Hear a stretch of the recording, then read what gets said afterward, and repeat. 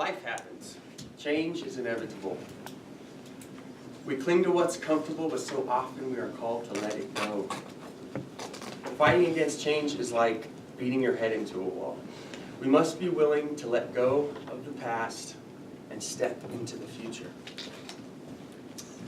When I was 9 years old, I moved from Los Angeles into the mountains 13 miles outside of La Vida, Colorado. La Vida's population was about 700 people. Compared to Los Angeles, it was a big change. I spent 4 years of my life living on the land, as we called it. That 4 years emerged as a time of unique experience and adventure. My siblings and I were born and raised in Los Angeles, California. I have 4 brothers and 1 sister. I'm the 5th born child. In 1997, my parents divorced, and my mom took a job working in Malaysia, working for a magic show, and my dad bought the land. My siblings and I went with my dad.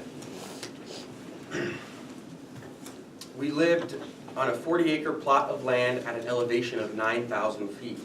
It was in the middle of nowhere. Mountains and trees filled the scenery all around us. Our house sat on a large area that was cleared of trees. It was built near the top of a gradual slope.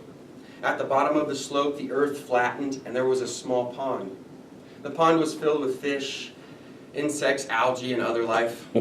Between the house and the pond, large garden plots sculpted the hillside. Next to the house stood a chicken coop with a fence around it. Railroad tracks cut through the ground only 100 feet from our home.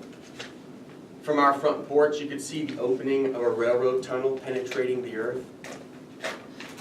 In the winter, our water would freeze. About a mile from our house, a creek rushed down the mountain. My siblings and I would take turns going in pairs to retrieve water from the creek. Using a snowmobile, we hauled a dog sled that held 6 5-gallon jugs. We found a small waterfall in the stream. It was the perfect place to fill our containers. I remember how cold my hands would get as we filled up the jugs. When we got the water home, we filled a reservoir located in our house. The reservoir would then feed our faucets.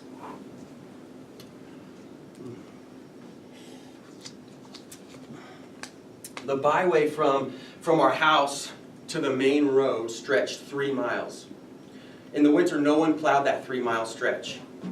We either used snowmobiles to travel the distance, or we plowed it ourselves. We had 2 snowmobiles, an Arctic Cat and a Skidoo. The Skidoo wasn't very fast, but the Arctic Cat was made for speed, baby. One of our winter pastimes was racing the snowmobiles up and down that 3-mile stretch of unplowed road. My dad had 2 friends that rode their snowmobiles with dominating skill. They used our property as a land of fun. One of them gave me a ride. It was frightening. I remember holding onto his waist for dear life. Every turn looked like a disaster, yet somehow we continued speeding along. Our summer fun included dirt bikes. One of our dirt bikes was a 250. I was too short to ride it. I used to put a cinder block down so that I could get on the bike, and another cinder block down in the distance. I would ride from cinder block to cinder block. One time I gunned the gas and released the clutch. The dirt bike launched out from between my legs. I fell instantly into a standing position. The bike tumbled down a hill and landed on the front porch of our house. Luckily, I was okay. The only thing that broke on the dirt bike was a handguard.